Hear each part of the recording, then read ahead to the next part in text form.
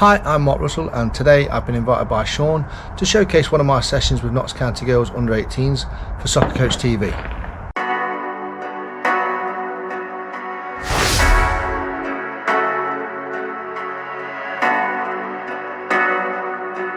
So we're going to look at attacking overloads, predominantly a 3v2, attacking down the centre and then crosses from the wide areas. So you'll see me breaking down the moves from the players in possession, giving advice and tips on players off the ball and their movement. You can find more sessions like this on my channel as well. I'll ask Shaun to leave a link below. Please check it out if you've got time.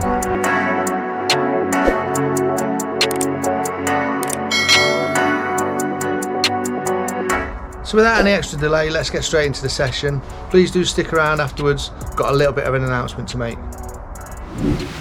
Right, as we go into the post-production area, I want to give you the initial setup on tactical pad with the graphics, etc. And then we'll go into some of the recorded session. In this one, I'm not going to give you too much analysis of what the players should and shouldn't do. I just want you to see the session, how it's set up, how it plays out, and a few coaching points and a few coaching tips along the way. As mentioned in many of my videos, if you've seen them, it's easy just to put a few cones down, it's easy just to chuck a load of footballs out, but actually coaching the session requires a football coach, a soccer coach. So when you go into your session with either this one or any other session, remember a coach needs to coach. There's no point in just putting the balls and the cones down and saying get on with it to the players. They're there to learn, they're there to develop, and that's your job.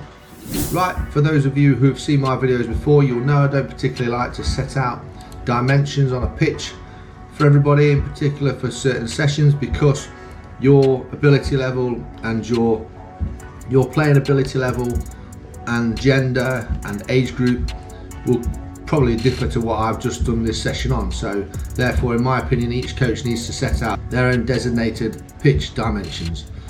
So we have 4 defenders altogether who will go 2 at a time, and then we have, on my particular session, we've got 4 different teams, 2 in green, 2 in red. So it's 3 attackers on each team, like a wide right forward, a wide left forward, and a centre forward. Each 3 will go separately to create a 3v2 overload. The 2 defenders are looking to defend this situation.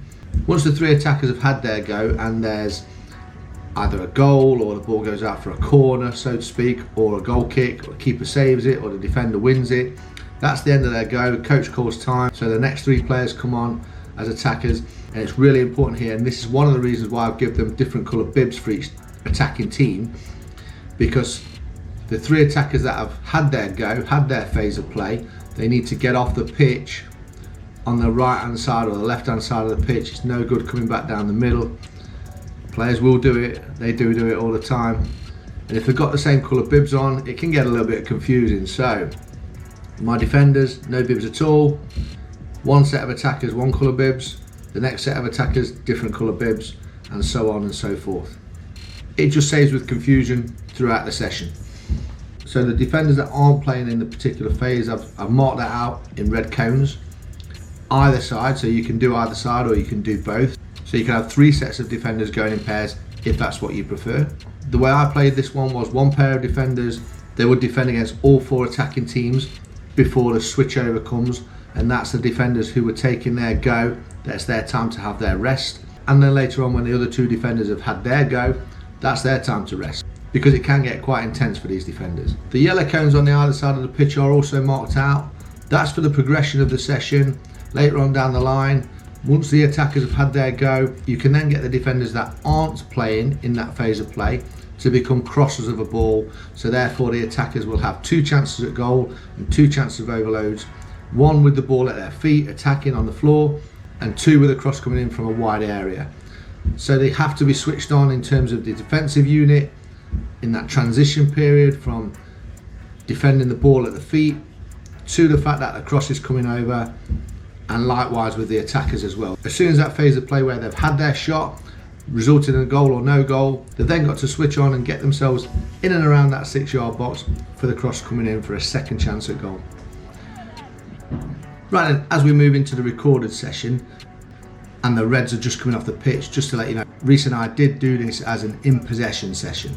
This is Reese, But we did have to go in and influence the defenders a few times, because as you'll see in some of the footage, they just weren't defending as we'd like them to in a 2v3. One thing we noticed right from the start of this session is the attacking teams, the attacking players, they were running in linear runs all the time. There was no crossing over, no switching of play, no switching of positions, and it was becoming very, very predictable for the defenders to sort this. As you can see here on the first one, all three of them, it's not really that difficult to mark if you do it properly, especially if the quality on the ball isn't there. Here's an indication of one of the transitions from two defenders to the two others, and the position they take up is okay. They are too far apart from each other. I would like the last defender a little bit closer.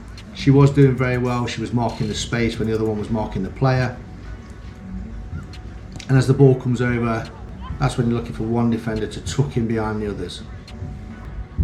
Right, so on this one, although the attacking players have gone down that linear run again, they're so far apart, these wide players, that they've really made it difficult for the defenders. They don't know where to go, they're not sure who to mark, and as you can see, the player pulls over from the back post here. Ball's not great out of her feet, but manages to get a left foot shot in. So it's really important there to make that pitch as big as possible.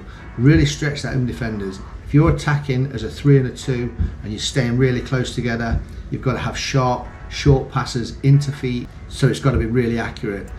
If you're pulling apart and making that pitch big, the defenders aren't going to know who to mark. So I'm just going to switch my attention to the two defenders here.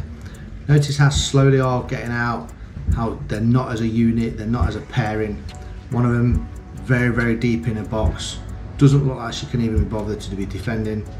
So I did have to go in and have a word with them both and give them a little reminder of the things they've learned this season and the principles of defending.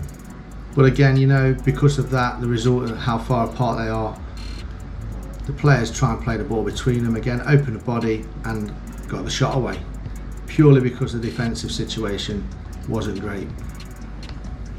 On this one, I've slowed it down a little bit. The defenders don't do a lot wrong, but the 1-2 is spot on. The movement from both players, the passing into feet, perfect. That's how it's done.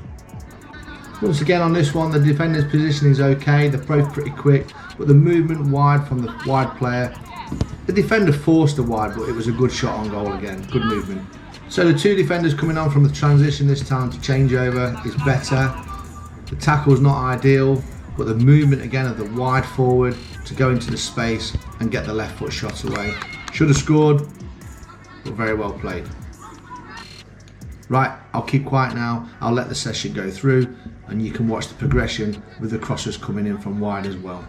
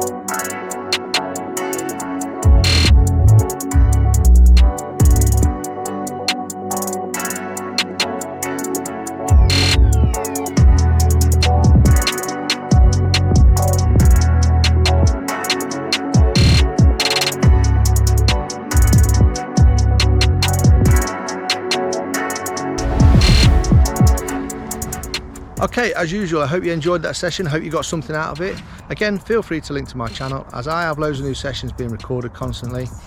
Massive thank you to Shaun here at SoccerCoachTV for allowing me to put this on for you guys.